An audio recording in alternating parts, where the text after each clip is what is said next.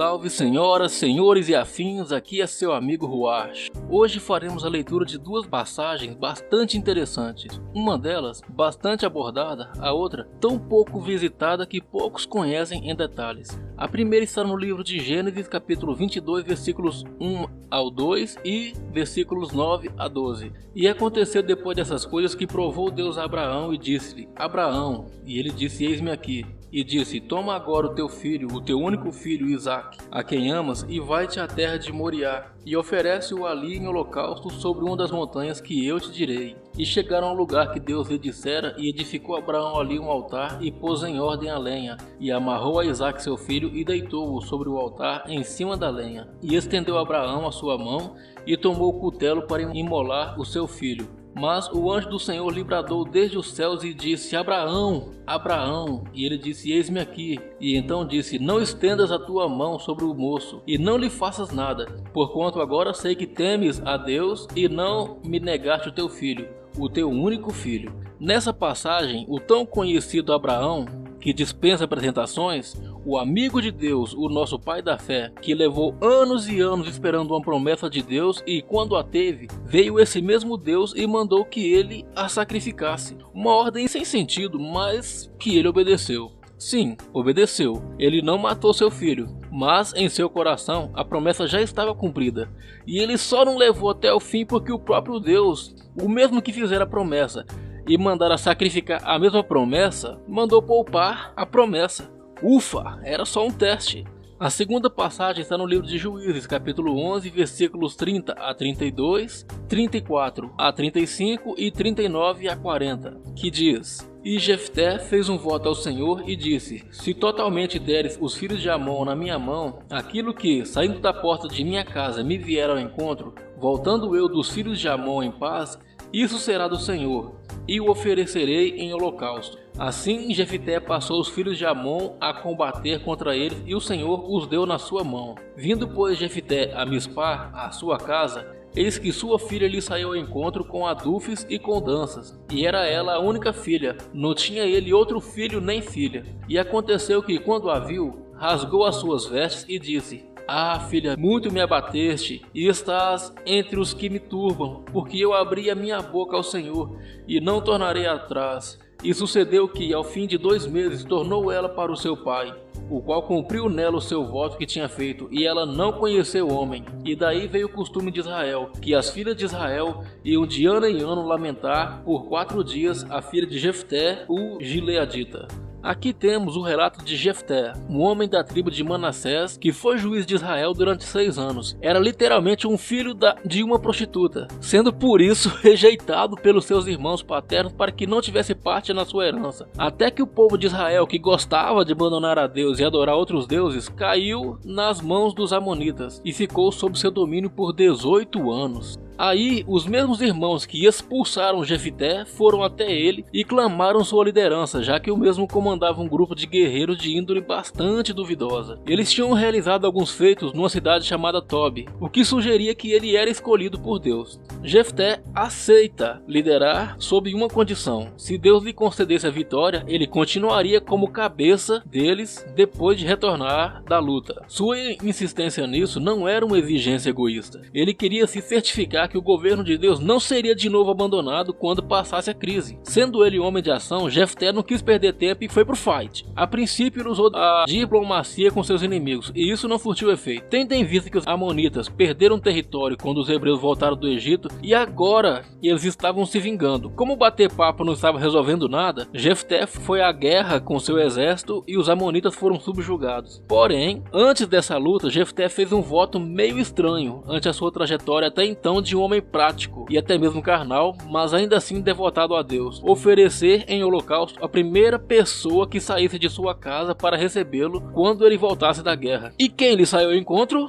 Como você deve ter lido agora há pouco, sua única filha. Nessa passagem há muitos debates teológicos. Há os que defendem que, como a lei de Moisés proibisse o sacrifício humano, provavelmente ele a tem entregue ao serviço de Deus no santuário, tal qual Ana fez quando entregou Samuel. Outro argumento é que os sacrifícios eram feitos pelos sacerdotes. Eles muito provavelmente não aceitariam fazer esse sacrifício. Se realmente a filha de Jefté foi entregue ao serviço do templo, sem dúvida, ele acompanhou essa apresentação dela com a oferta queimada de um animal. Se a menina chorou, não foi porque tinha que morrer, mas foi pela sua virgindade, pois todo homem e toda mulher desejava ter filhos e manter vivos os nomes e a herança da família. No caso da menina, manter o nome de Jefté vivo. Outra passagem nesse mesmo capítulo sugere, e essa não é uma interpretação unânime, que a filha de Jefté recebia visitas anualmente de suas amigas, que vinham lamentar sua situação de esterilidade forçada. E entre os que consideram a passagem literalmente, que Jefté passou a faca na própria filha,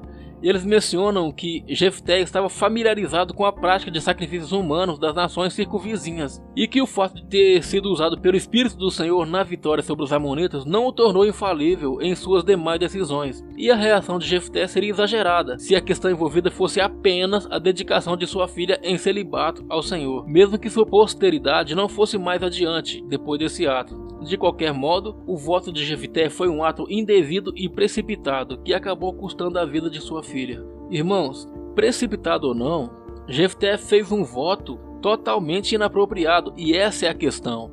Não está em jogo a falibilidade deles. Afinal, Abraão também cometeu muitos erros, mesmo quando estava andando plenamente com Deus. Enquanto somos carne, as coisas desse mundo interferem demais no nosso julgamento de certo e errado. Estamos todos sujeitos a nos distrair, tomar decisões equivocadas, fazer escolhas ruins. Mas nós sabemos quando nossos atos vão longe demais. De um lado temos o primeiro patriarca de Israel, um homem justo, pai do povo árabe, incluindo os judeus. Do outro, temos um juiz que reinou com justiça, mas teve uma vida breve e sem posteridade, que é mais lembrado pelo seu erro do que pelos seus atos grandiosos, que não deveriam ser esquecidos, aliás. A gente precisa levar em consideração alguns aspectos muito importantes na vida humana para entender bem onde essa palavra quer chegar. O primeiro é a dor de perder um filho. Só quem já passou por isso entende de fato o quanto isso é antinatural. Tanto é que não há uma única palavra na língua portuguesa que defina essa situação. Por isso entendo a dor que Abraão deve ter sentido quando Deus requeriu seu filho Isaque. E entendo melhor ainda a dor de Jefté, mas nesse caso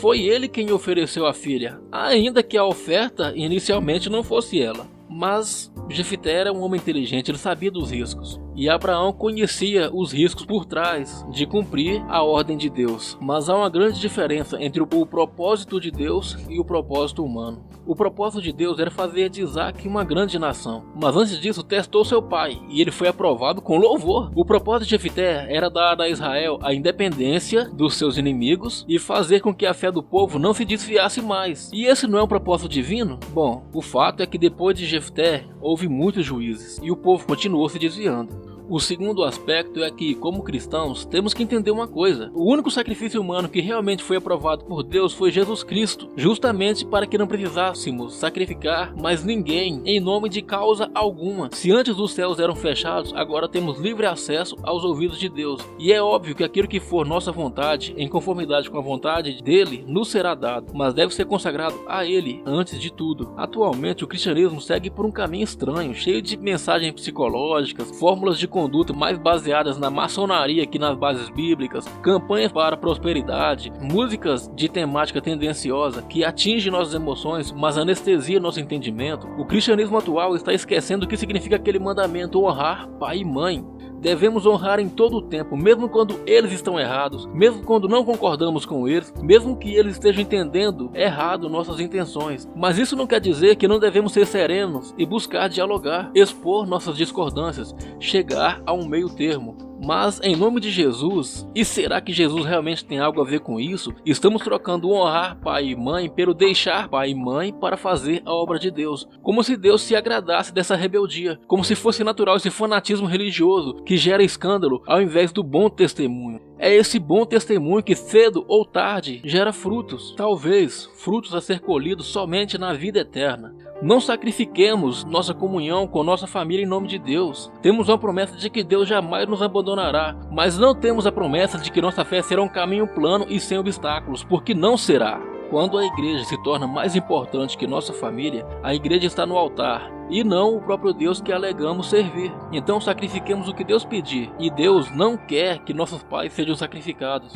E tem o outro lado da moeda. Deus não quer que sacrifiquemos nossos filhos. Vamos lembrar que o apóstolo Paulo recomenda no capítulo 3 de Colossenses que não irritemos nossos filhos, porque isso fará com que eles desanimem da fé. Aí sim somos Jefté quando, com nossa fé, matamos a fé dos nossos filhos. A honra deve ser recíproca. Temos uma facilidade em ensinar nossos filhos a ser religiosos e fingir um cristianismo verdadeiro. E somos péssimos em, como Abraão, seguir a orientação de Deus. Abraão amava muito a seus filhos, amava muito a Isaac, e Jefté amava muito a sua filha. E ambos seguiram pelo mesmo caminho, a vontade de Deus, mas tiveram destinos diferentes, porque um, por mais impetuoso que fosse, não foi além da vontade de Deus, e o outro foi tão além que acabou não fazendo nem sua própria vontade. Assim são muitos pais que amam tanto aos seus filhos que criticam seus atos, os obrigam a tomar determinadas decisões e agir desse ou daquele modo, crentes que a vontade de Deus é essa, mas não é. Hoje em dia, proferimos palavras pesadas, ofendemos com facilidade aqueles a quem amamos, provocando feridas profundas, partindo seus corações, achando que essa é a forma certa de amar. Não vamos nos esquecer que as palavras têm poder. Se dizemos que nossos filhos são ruins, muito provavelmente eles serão ruins. Assim como se dissermos que eles são uma bênção, podem vir a não ser, mas nesse caso, que eles não nos culpem, porque se eles não querem ser crentes como nós, acredite, nós somos sim péssimos cristãos, mas se nossos filhos têm bom exemplo e ainda assim vão por caminhos ruins, a escolha é deles. Deus não cobrará isso de nós, porque o bom exemplo nós demos. Toda promessa de Deus exige um trabalho muito duro de nossa parte, até que ela se concretize. A tendência de hoje em dia é buscarmos um evangelho com pouco ou nenhum esforço, mas enquanto estamos nessa terra, a nossa natureza caída vai continuar nos puxando para o pecado e vai continuar tentando nos usar para sacrificarmos o que não precisamos, para abrir mão daquilo que na verdade Deus quer que conservemos junto de nós. Sejamos Abraão, creiamos na palavra do Altíssimo e paremos o sacrifício quando Deus mandar. Ele já proveu o cordeiro. Sejamos Jefté e tenhamos senso de justiça, mas não sacrifiquemos o que Deus não pediu. Não se esqueça que sejamos um ou outro, somos homem e mulher de Deus, mas o Deus é um só e ele tem um propósito específico para cada um de nós, nossos filhos, os filhos de seus filhos, e aos olhos de Deus somos todos irmãos. Paz, paz, paz.